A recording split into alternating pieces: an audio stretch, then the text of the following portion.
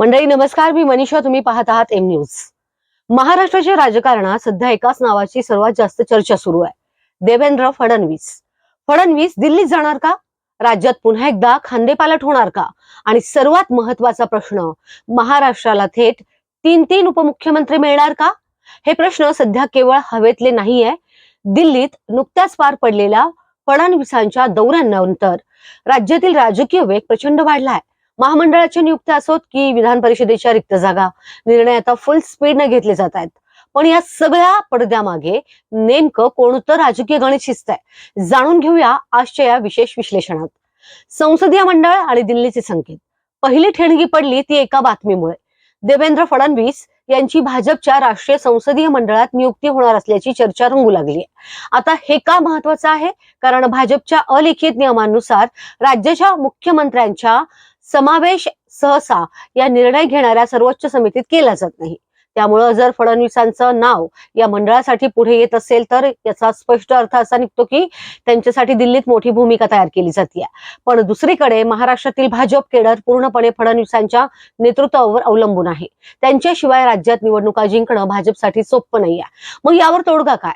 तोडगा म्हणजे फडणवीसांनी केंद्रात जायचं, पण महाराष्ट्राच्या सत्तेची सूत्र आणि केडरवरील नियंत्रण स्वतःकडेच ठेवायचं। एकनाथ शिंदेंचं भवितव्य आणि विलिनीकरणाचा जो पत्ता। पण जर फडणवीस दिल्लीत गेले तर सध्याचे मुख्यमंत्री एकनाथ शिंदे यांचं काय होणार? सध्याच्या घडीला शिंदे नक्कीच पॉवरफुल आहेत। केंद्रातही त्यांचं महत्व नितीश कुमार आणि चंद्राबाबू नायडूंसारख्या मित्रपक्षांच्या तोडीचं आहे।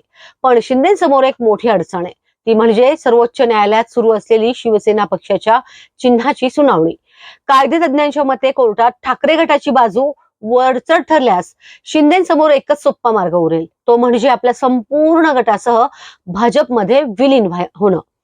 जर असं विलिनीकरण झालं तर भाजप अंतर्गत 3 मोठे गट तयार होतील मंडळी। पहिला गट भाजपचे जुने निष्ठावंत कार्यकर्ते, दुसरा गट 2014 ते 2026 दरम्यान इतर पक्षातून आलेले नेते आणि तिसरा गट म्हणजे एकनाथ शिंदेसोबत आलेला नवीन गट। हे समीकरण दिल्लीतील भाजप हायकमांडला नेहमीच फायद्याचं ठरेल, कारण पक्षांतर्गत संतुलन राखणं सोपं होईल। सुपर कॅबिनेट आणि 3 उपमुख्यमंत्री फॉर्म्युला। समजा शिंदेना मुख्यमंत्रीपदी कायम ठेवायचं ठरलं तर भाजप आपल्या जुन्या नेत्यांच्या हितांचं रक्षण कसं करणार? यासाठी भाजप सुपर कॅबिनेटचा प्रयोग करू शकते। गृह, अर्थ आणि महसूल यांसारखी महत्वाची खाती फडणवीसांच्या मर्जीतल्या कट्टर भाजप नेत्यांकडे सोपवली जातील, जेणेकरून सत्तेचा खरा रिमोट कंट्रोल भाजपच्या हातात राहील। आणि जर भाजपला स्वतःचा मुख्यमंत्री करायचा असेल तर इथेच येतो कर्नाटकासारख्या उपमुख्यमंत्री फॉर्म्युला।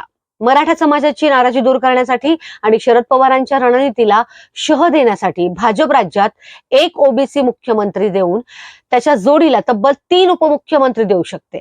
मित्रपक्षांच्या उपमुख्यमंत्र्यांचे वजन कमी करण्यासाठी आणि पक्षातील अंतर्गत गटबाजी शांत करण्यासाठी एकच पदावर अनेकांची नियुक्ती करण्याची भाजपची जुनीच पद्धत आहे। फडणवीसांचे वारसदार कोण? जर फडणवीस दिल्लीला गेले तर राज्याची गादी कोणाकडे जाणार? यासाठी 2 प्रमुख निकष असतील। पहिला, ती व्यक्ती देवेंद्र फडणवीसांच्या अत्यंत मर्जीतली असावी, जसं विलासरावांनी अशोक चव्हाणांचं नाव पुढे केलं होतं किंवा शरद पवारांनी शंकरराव चव्हाणांना संधी दिली होती।